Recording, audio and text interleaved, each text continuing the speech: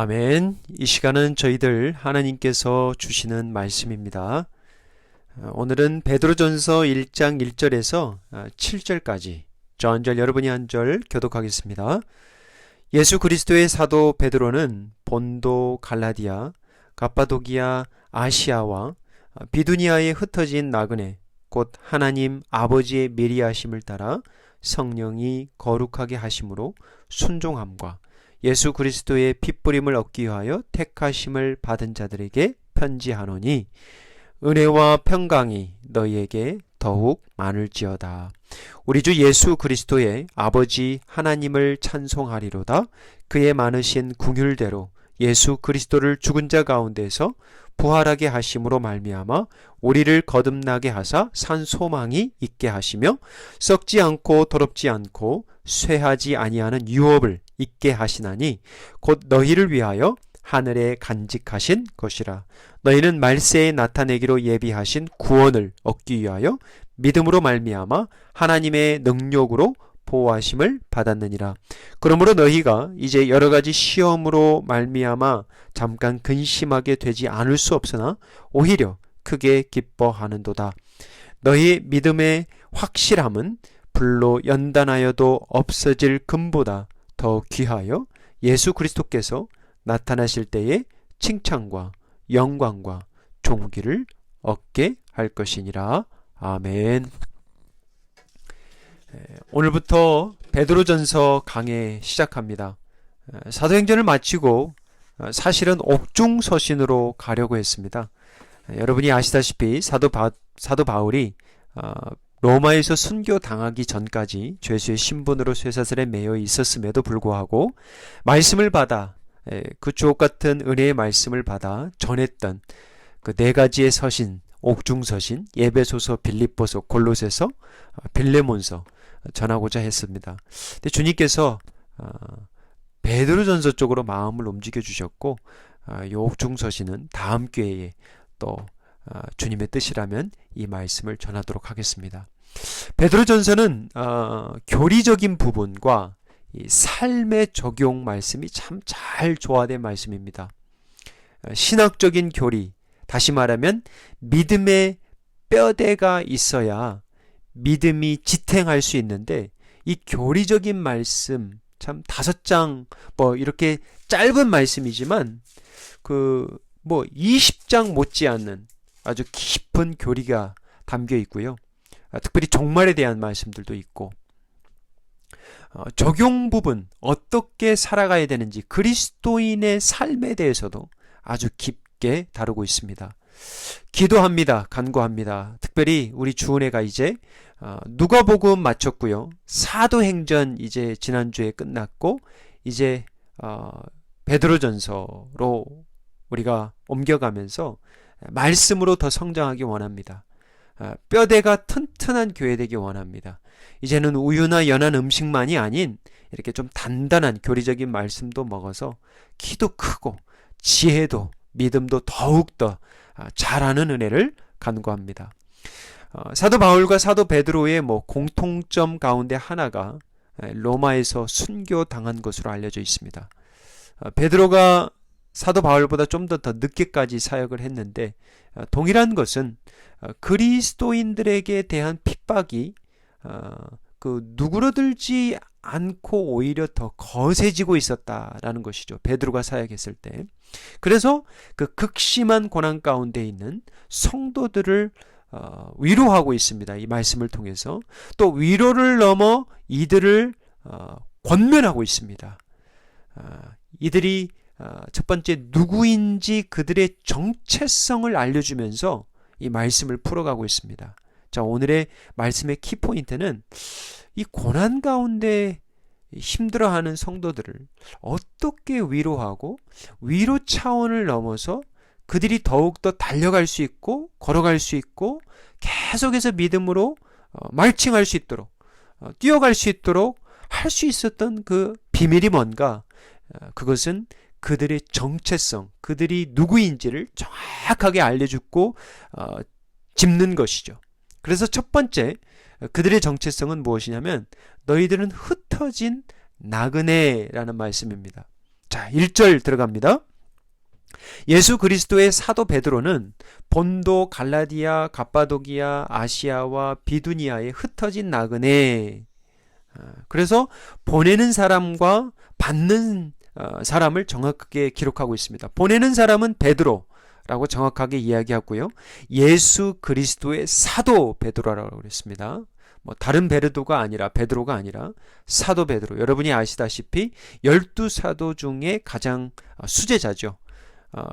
자, 베드로는 그리고 말씀을 받는 수신자들 또한 구체적으로 언급합니다. 본도, 갈라디아, 갑바도기아, 아시아, 비두니아, 이 지역은 당시 소아시아라고 그러죠.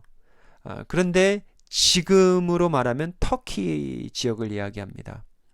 특이한 점은 이 성도들을 향해서 무엇이라고 이야기를 하냐면 이 성도들을 흩어진 나그네라는 용어를 써가면서 부르고 있다는 것이죠.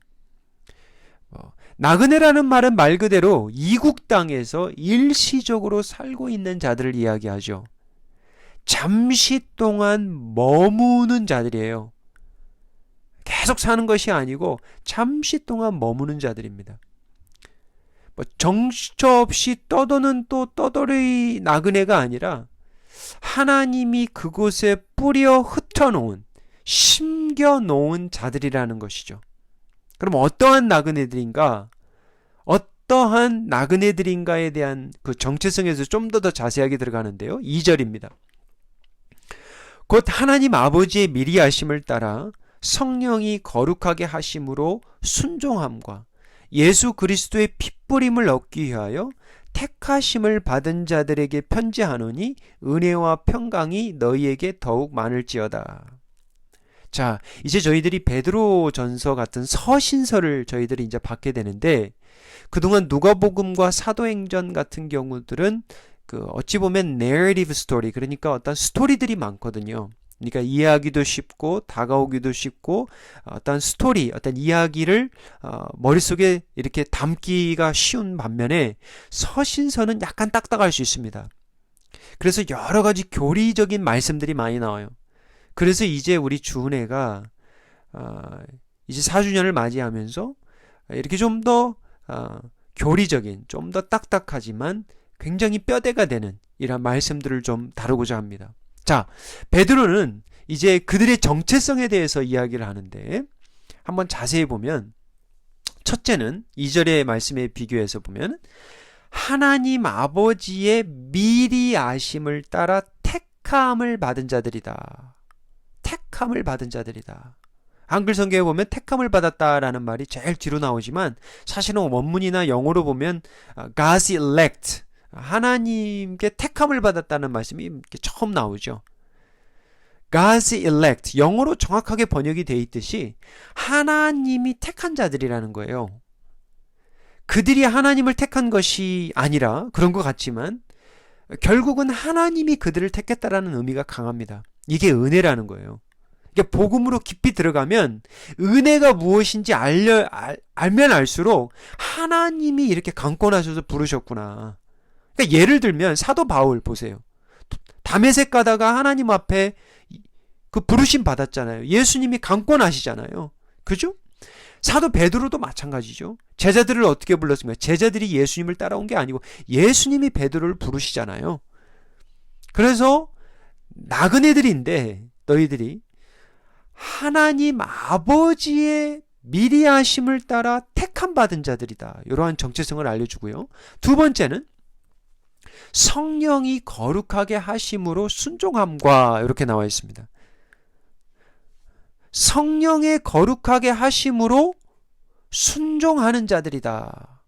하나님으로부터 택함 받은 자들의 특징이 있는데 그게 뭐냐면 순종입니다. 어떻게 하나님께 순종하게 됩니까? 성령의 역사하심으로, 성령 하나님의 도우심으로, 성령 하나님이 우리를 거룩해 하심으로, 구별하심으로, 불러주심으로 가능하다는 것이죠. 셋째는 뭐냐? 예수 그리스도의 핏부림을 얻기 위하여 택하심을 받은 자들이다. 예수 그리스도의 핏부림을 입은 자들이다. 베드로전서의 배경이 되는 주제는 시험입니다. 여기서 말하는 시험은 어떤 죄의 유혹으로 받는 템테이션, 이런 시험이 아니라 믿음 때문에 받는 어떠한 시련, trials, 시련, 고난을 말합니다. 그러니까 예수를 믿는다는 이유로 고난을 받고 살아가는 성도들을 위로하기 위하여 쓴 서신이 바로 베드로서입니다. 야고보서와 같죠. 히브리서와 같죠. 그리고 요한계시록과 같은 그러한 고난의 주제가 아주 가득합니다. 그런데 이들을 무엇으로 위로하는가? 그들이 비록 이 땅에서 흩어져 살아가는 나그네로 살아가지만 그저 그런 나그네가 아니라 분명하고 확실한 정체성을 가지고 살아가는 나그네들이라는 것이죠. 이들을 위로하기 위하여 베드로가 꺼내든 것은 바로 신론이었습니다. 하나님이 누구이신가? 정확하게 말하면 그들이 누구인가를 설명하기 위해서는 성삼위 하나님을 소개하지 않을 수가 없었던 것이죠. 그러니까 하나님 없이 나를 소개할 수 없습니다. 하나님 없이 나라는 존재가 어떤 존재, 너라는 존재가 어떤 존재인지를 설명할 수가 없는 거예요. 세상에서는 이렇게 설명합니다. 그죠? 하나님 없이도 내가 누구임을 아주 자연스럽게 설명해요. 아버지 하나님의 택하심, 성령 하나님의 부르심과 거룩하게 하심, 그리고 예수 그리스도의 피 뿌리심. 단순히 그들이 구원받았다 말하지 않습니다. 살아계신 성삼위 하나님의 역사하심으로 그들이 구원받았다. 이 사실을 확신시켜주는 거죠. 그래서 그들은 단순한 나그네들이 아닙니다. 정처 없이 목적 없이 떠돌아다니는 나그네들이 아니에요. 하나님이 택한 자들이며 예수님이 그들의 구원을 위해 그들을 위해 죽은 자들이며 피를 뿌린 자들이며 성령 하나님이 그들 가운데 머물고 있는 성령의 사람들이라는 거예요. 믿으시기 바랍니다. 저와 여러분이 바로 그런 자들이에요. 베드로는 이제 이들의 두 번째 정체성에 대해서 말합니다. 첫 번째는 뭐예요? 흩어진 나그네. 두 번째는 거듭난 자들이라고 하는 거죠. 거듭났다 무슨 얘기예요? born again. 다시 태어난 자들이다. 자, 3절인데요. 무엇으로 우리가 거듭난 자들인가? 잘 보세요. 3절입니다. 우리 주 예수 그리스도의 아버지 하나님을 찬송하리로다. 그의 많으신 긍휼대로 예수 그리스도를 죽은 자 가운데서 부활하게 하심으로 말미암아, 요게 중요하죠. 말미암아, 이것으로 말미암아 우리를 거듭나게 하사 산소망이 있게 하시며. 그러니까 베드로는 우리가 비록 고난 중에 있을지라도 찬송하지 않을 수 없음을 천명합니다. 우리 주 예수 그리스도의 하나님 아버지를 찬송하리로다. 아버지의 많으신 긍휼하심으로 말미암아, 예수 그리스도를 죽은 자 가운데서 부활하심으로 말미암아 우리를 거듭나게 하셨다라는 것이죠. 베드로전서 시작을 읽고 있노라면 우리가 믿는 기독교의 가장 중요한 진수가 무엇임을 알려주죠. 택하심의 은혜, 성령 하나님의 교통하심, 예수의 핏뿌림, 예수의 죽으심과 부활. 이것으로 말미암아 결국에는 우리가 거듭났다. 사도 베드로도 사도 바울과 같이 온통 예수입니다. 예수로 시작해서 예수로 끝나요. 바울의 간절한 소망이 무엇이었죠? 살든지 죽든지 내 몸에서 예수 그리스도가 존귀하게 드러나는 것이었습니다. 그렇죠? 정말 왜 그러는 거예요? 베드로도 바울도 왜 그렇게 예수에 미쳐 살아갑니까? 답은 한 가지예요. 예수와 함께 죽고 예수와 함께 다시 살아났기 때문이에요. 나의 죄로 인하여 죽으신, 내가 받아야 될 저주와 사망을 예수님께서 받아 죽은 것만이 아니라 내가 예수와 함께 죽었던 것이죠. 죽은 것이죠. 예수의 죽음이 나의 죽음으로 믿어질 때, 예수의 부활이 나의 부활로 비로소 믿어질 때 결국 뭐예요? 우리가 다시 태어나게 된다는 것이죠. 그걸 중생이라고 그러죠. 참 1년에 중요한 날이 있습니다. 그죠? 저와 여러분에게 있어서 달력에다 이렇게 빨간 이렇게 마크를 해놓은 날들이 있죠. 날들이 있죠. 그게 뭐예요? 생일이죠. 가족들의 생일. 생일을 기다리고 축하합니다. 우리는 그런데 때로는 생일에 축하를 받아야 할 이유를 모르고 이렇게 축하 파티를 하고 birthday 파티를 하는 경우가 참 많습니다. 그죠? 생일을 맞이할 때 한 번쯤 생각해 보아야 할 것이 하나 있습니다. 그게 뭐예요? 내가 이 땅에 태어난 이유가 무엇일까? 나의 인생의 목적은 무엇일까? 그런데 여러분, 만약 여러분이 진짜 죽었다가 다시 살아났다면 사실 생일 못지않게 중요할 것입니다. 그죠? 태어난 날이 아니라 죽었다가 다시 살아났다니까요. 살아가면서 절대 잊지 못할 겁니다. 이 은혜를. 여러분이 죽었는데, 내가 죽었는데, 내가 다시 살아있네. 내가 죽었었는데, 이렇게 멀쩡히 살아있네. 구원이라는 것이 바로 이것이에요. 그러니까 예수님을 잊을래 잊을 수가 없는 거예요. 죽은 나를 다시 살리신, 그리고 나와 여전히 주의 영으로 함께 하신, 그러니까 그분께 감사하고 찬양하고 살아가지 않을 수가 없게 되는 거예요. 자, 거듭남으로 받게 되는 두 가지가 있습니다. 자, 3절을 다시 한번 읽어보세요. 보세요. 우리 주 예수 그리스도의 아버지 하나님을 찬송하리로다. 그의 많으신 긍휼대로 예수 그리스도를 죽은 자 가운데서 부활하게 하심으로 말미암아 우리를 거듭나게 하사, 그 다음이 중요하죠. 산 소망이 있게 하시며, a living hope, 산 소망. 그러니까 예수의 죽으심으로 부활하심으로 거듭난 자들에게는 산 소망, 부활의 소망, 천국의 소망이 임한다는 거죠. 이게 자연스럽다는 거죠, 이게. 그래서 우리가 무엇으로 거듭난지가 중요합니다. 그죠? 그러니까 세상적으로도 사람은 얼마든지 새 사람이 될 수 있거든요. 그러잖아요. 너 참 새 사람 됐다. 너 사람 참, 이게 인생사 모를 일이다. 너 어떻게 이렇게 바뀌어졌냐? 이렇게 이야기를 할 수 있거든요. 근데 저와 여러분이 정말 예수의 죽으심과 부활로 거듭났다면 반드시 맺혀야 될 열매가 뭐냐면 산 소망이 있다니까요. 우리가 매일 살아가면서 우리의 삶 가운데 이 소망을 가지고 살아간다니까요. 소망 없는 자들이 아니라, 소망이 있어도 이루어지지 않는 불분명한 물투명한 소망이 아니라 반드시 이루어질 산 소망, 부활과 천국의 소망을 가지고 살아가게 되는 것이에요. 4절입니다. 이게 이제 3절과 이어지는 말씀인데요. 예수님이 죽으심과 부활하심을 통해서 우리를 거듭나게 하심으로 우리에게 임하는 또 다른 하나의 결과가 있습니다. 열매가 있어요. 4절이에요. 썩지 않고 더럽지 않고 쇠하지 아니하는 유업을 잊게 하시나니 곧 너희를 위하여 하늘에 간직하신 것이라.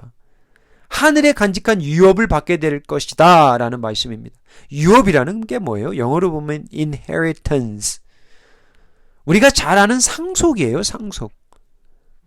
그러니까 예수 안에서 거듭난 자는 산 소망을 가지고 살아가는데, 이것을 좀 더 구체적으로 말하면 썩지 않고 더럽지 않고 쇠하지 아니하는 상속, 이것을 후에 나중에 받게 될 것이라는 것이죠. 지금도 구원을 우리가 받지만 완전한 구원은 우리가 천국에서 이루어지는 거 아니겠어요? 자, 여러분은 상속받을 것이 있음을 기억하시기 바랍니다. 예수님 때문에 물려받을 상속 유산이 있습니다. 할렐루야. 얼마나 감사해요. 저와 여러분 상속자라니까요. 받을 유산이 있다니까요. 얼마나 감사합니까? 부모에게 받을 집이 있습니까? 부모에게 받을 재산이 있습니까? 이거 있으면 감사하죠. 그죠? 근데 결국 그것 또한 어떻게 돼요? 없어지는 거죠. 영원한 게 아니잖아요. 그죠? 그런데 사도 베드로는 성도들에게 너희들이 나그네로 살아가는 자들이냐? 그렇지만 너희들은 거듭난 자들인데 거듭난 자들에게는 산 소망이 있고 썩어지지 않고 더럽히지 않고 없어지지 않을 perish 되지 않을 영원한 상속이 있다. 알려주는 거예요. 상기시켜주는 거예요. 썩지 아니하다라는 이 원래의 뜻은 군대, 여러분 군대 아시죠? 이 군대에 의해 파괴되지 아니하다라는 의미가 있습니다. 다시 말하면 세상에 그 아무리 천하의 군대라도 도달할 수 없는 곳이 있다는 것이에요. 쇠하지 않고 망하지 않는 유업이 있다는 것입니다. 그것을 하나님께서 예비하고 계세요. 주 안에 있는 자들, 주를 믿고 거듭난 자들, 순종으로 살아가는 자들. 여러분, 이 땅에서 썩지 않고 더럽지 않고 없어지지 않을 것이 있습니까? 한번 말씀해 보세요. 뭐가 있을까요? 사도 베드로는 고난 가운데 있는 성도들을 위로합니다. 위에 있는 것, 우리에게 예비된 것, 예수님을 통하여 받게 되는 이 영원한 생명, 영원한 구원, 영원한 집, 영원한 안식, 영원한 삶, 영원한 평강, 바로 이 은혜가 너희들에게 이미 주어졌고 그리고 완전해질 것을 약속합니다. 이곳 이민자들, 이른 아침부터 저녁 늦게까지 우리가 일을 하고 살아가잖아요. 자녀들 키우고. 참 집과 교회밖에 없잖아요. 우리가 삶이. 그죠? 바쁜 중에도 자녀들과 가족들과 여행 한번 가는 걸 얼마나 참 설레입니까? 얼마나 귀해요. 특별히 한국에 있는 부모님들이나 친지분들, 가족분들 방문한다고 치면 그 여행, 그 날짜 손꼽아 기다리잖아요. 안 그렇습니까? 저는 그러던데. 하늘에 예비된 구원이 있음을, 이 산소망, 이 산소망을 누리며 살라는 거예요. 기다리며 살라는 거예요. 손꼽아 기다리면서, 설레이면서, 기대하면서. 그러면 넉넉하게 고난을 이길 수 있다는 거죠. 5절입니다. 그래서입니까? 사도 베드로는 이제 말세에 대한 이야기를 합니다. 그래서 베드로 전서를 택한 이유 중에 하나가 지금 뭐 많은 사람들이 말세 하잖아요. 그러니까 이제 이 베드로 전후서 보면 말세에 대한 말씀들이 많거든요. 자, 5절입니다. 너희는 말세에 나타내기로 예비하신 구원을 얻기 위하여 믿음으로 말미암아 하나님의 능력으로 보호하심을 받았느니라. 베드로는 핍박 가운데 있던 초대교회 성도들을 권면합니다. 마지막 때에 너희들을 위해 예비된 구원이 있다. 우리 사랑하는 성도님 여러분, 이 땅에 살아가는 모든 사람들은 말이죠, interpreter, 해석가입니다. 주석가예요. 사실은 해석하거든요. 나름대로 세상을 해석하고 어떤 삶의 순리를 해석하고 마지막 때를 해석하고. 사람은 자신이 자라온 환경과 교육과 지식 또는 믿음을 통해서 세상을 해석하는 눈을 갖게 됩니다. 이것을 한마디로 말하면 세계관이라는 거예요. The world view라고 그러죠. world view. 세상을 바라보는 관점, 관을 갖게 되는 것이죠. 이건 자연스러운 거예요. 그런데 예수 안에서 거듭났다, 예수 안에서 다시 태어났다, 예수를 믿게 되었다, 이 말은 단순히 구원받고 천국 간다는 이야기가 아니라 좀 더 정확하게 말하면 이 땅을 살아가면서 예비된 완전한 천국의 영원한 그 안식을 들어가기 전까지 이 세상을 살아가면서 바라보는 정확한 세계의 관을 갖게 되는다는 것이죠. 세계관, 어떤 종말론. 쉽게 말하면 세상은, 성경이 말하는 세상은 끝을 향하여 가고 있다라는 거예요.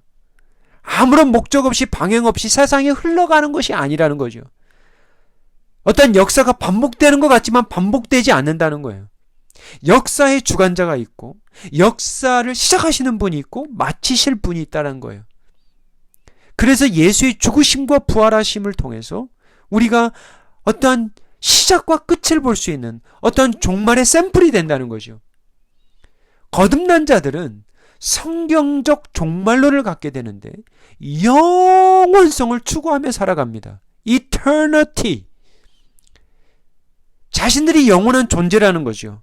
영원한 것이 있음을 믿게 되는 거예요. 그리고 영원한 것이 실제라는 거죠. 그리고 영원한 것에 가치를 부여하며 살아갑니다. 그래서 바울의 고백처럼 사는 것이 그리스도며 죽어도 유익하다는 고백이 우리의 고백이 될 수 있는 거예요. 그래서 거듭난 자들은 주 안에서 세상과 구별된 자들인데 우리의 삶의 여러 가지 결정들 이런 것을 할 때 영원성을 고려합니다. 일의 동기와 일의 결과를 영원성에 두기 시작하는 거예요. 예수와 함께 죽었다 살아난 자들은 삶을 흥청망청 살아가지 않습니다. 삶을 아주 시리어스하게 생각해요. 삶을 또 한 번의 기회로 여기며, 왜냐하면 죽었다 살아났으니까 소중하게 여기며 감사하며 살아갑니다. 말세에 받게 될 구원을 소망하며 확신하며 살아갑니다. 여러 가지 시험을 받고 있는 시련과 핍박 가운데 있는 성도들을 위로하고 있습니다.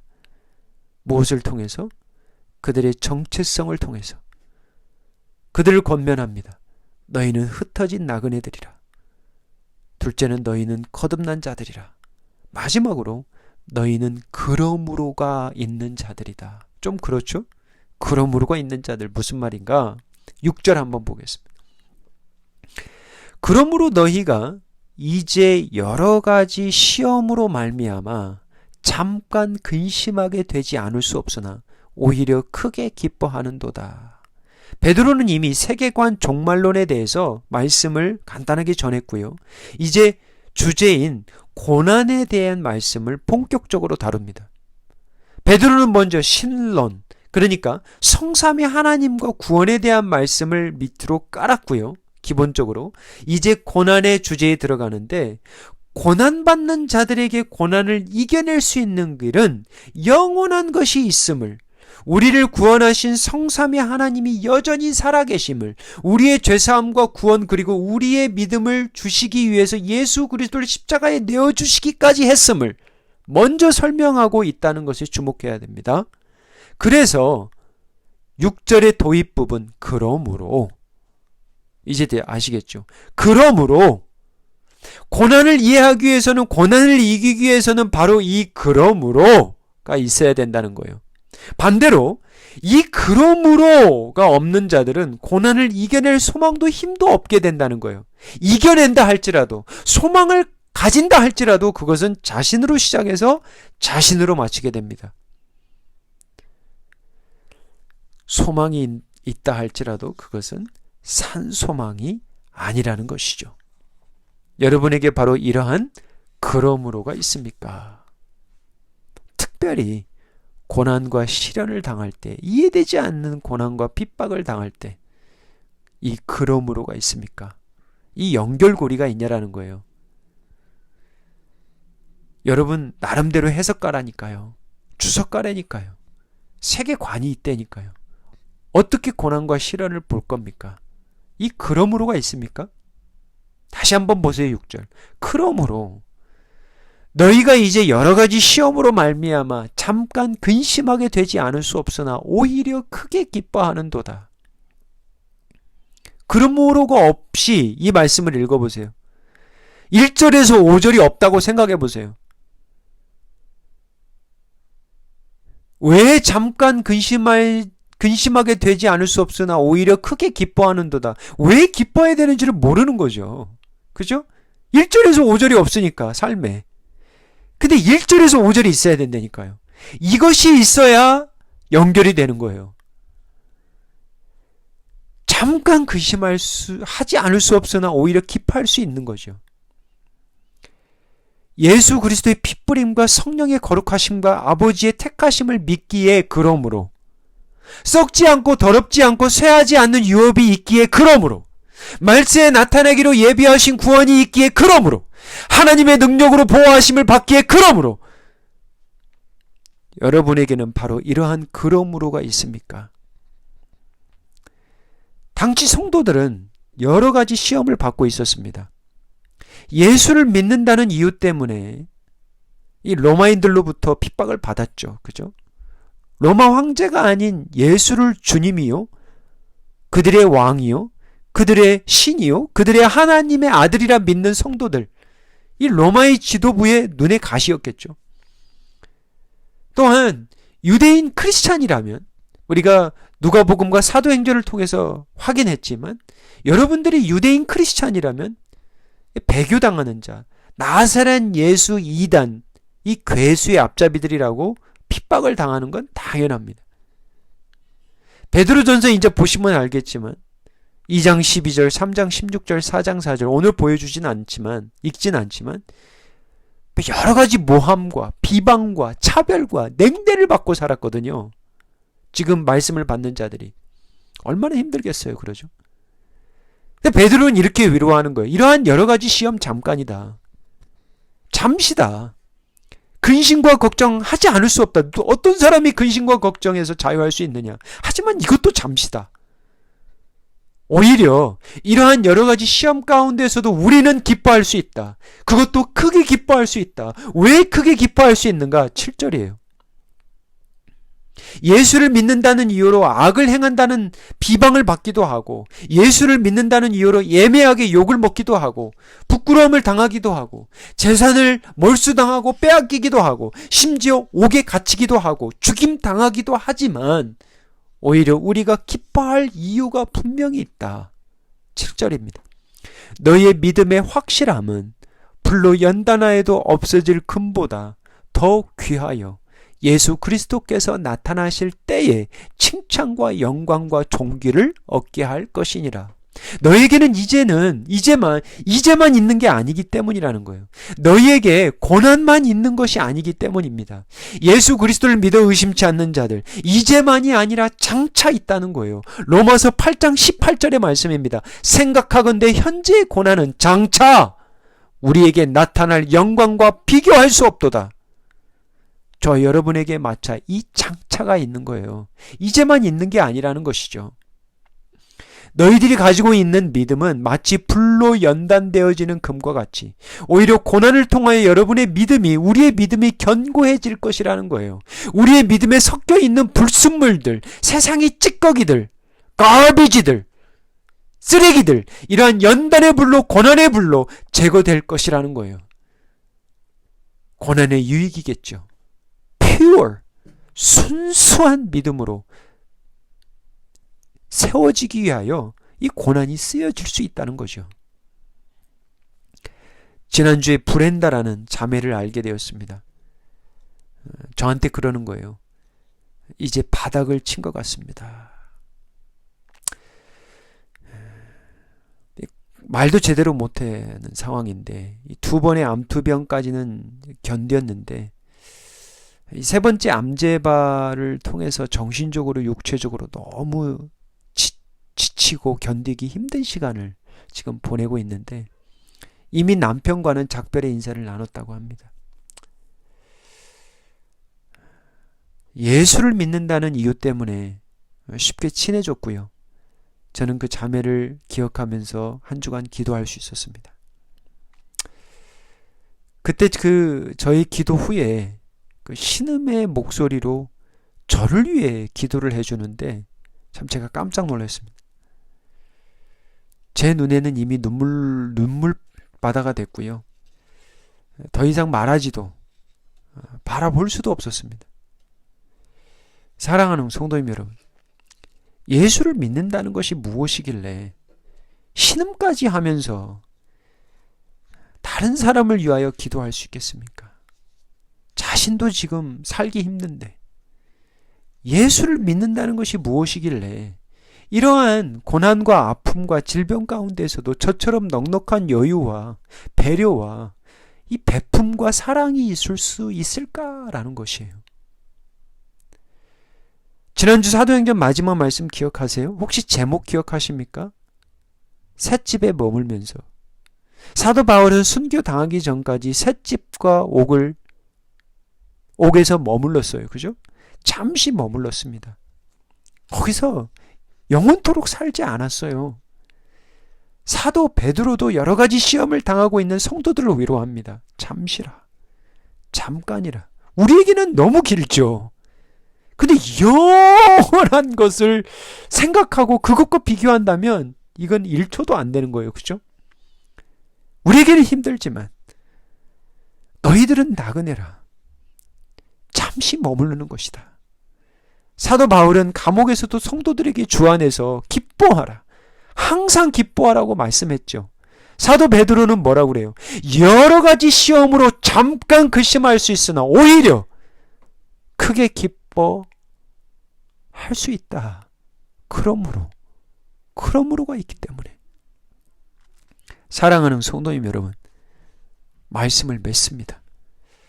초대교회 성도들에게는 고난이 예수를 믿는다면 당연히 따라오는 것으로 여기며 살았습니다. 고난이 결코 쉽지는 않았을 것입니다. 때로는 버겁고 무겁고 근심하지 않을 수 없었을 것이에요. 그런데 여러분 아십니까? 어떤 면에서는 주를 위한 고난이 없다는 것, 그것은 주를 위한 희생이 없다는 것, 참 그렇게 우리가 해석할 수도 있는데 이것이 어떠하면 불행일 수도 있다는 것이요. 고난이 없다는 것, 고난을 받을 만한 성숙함이 없을 수 있다는 말도 되기 때문이에요. 세상은 왜 성도들이 기도하면 무서워했을까요? 전에는 그랬거든요. 성도들이 모이고 성도들이 함께 부르짖고 성도들이 그 고난과 핍박 가운데에서도 진짜 믿음으로 선한 청지기같이 살아가는 저들의 모습을 보면서 세상이 놀라워하며 두려워했거든요. 그래서 성도들을, 크리스찬들을 정말 세상과 다르구나, 저들이 구별된 자들이구나, 그렇게 생각했거든요. 똑같이 고난을 받는데 고난을 대하는 크리스찬들의 태도와 마음가짐과 삶이 달랐거든요. 그러면서 세상이 던진 질문, 과연 저들은 누구인가? 저들이 믿는 예수는 과연 살아있는가? 라는 질문이었습니다. 기도하겠습니다. 아버지 하나님, 오늘 저희들에게 이 말씀을 통해서 우리가 누구인지를 다시 한번 깨닫게 해주시니 감사합니다. 또한 말씀을 통해서 성삼위 하나님이 누구이심을 이 은혜의 말씀을 통해서 가르쳐 주시니 감사합니다. 주님, 신앙은 삶입니다. 이 말씀을 통하여 우리의 삶이 변화되기 원합니다. 예수님의 삶을 쫓아가기 원합니다. 더욱더 성숙한 삶으로 인도하여 주옵소서. 세상과 구별된 믿음의 크리스찬들로 살아가게 도와 주시옵소서. 썩지 않고 더럽지 않고 쇠하지 아니하는 산 소망을 품고 살아가는 은혜를 허락하여 주옵소서. 우리가 여러 가지 시험으로 말미암아 잠깐 근심하지 않을 수 없으나 오히려 기뻐할 수 있는 믿음의 은혜를 허락하여 주옵소서. 장차 주님으로부터 칭찬과 영광과 존귀함을 받는 은혜를 덧입혀 주옵소서. 예수님의 이름으로 기도하옵나이다. 아멘.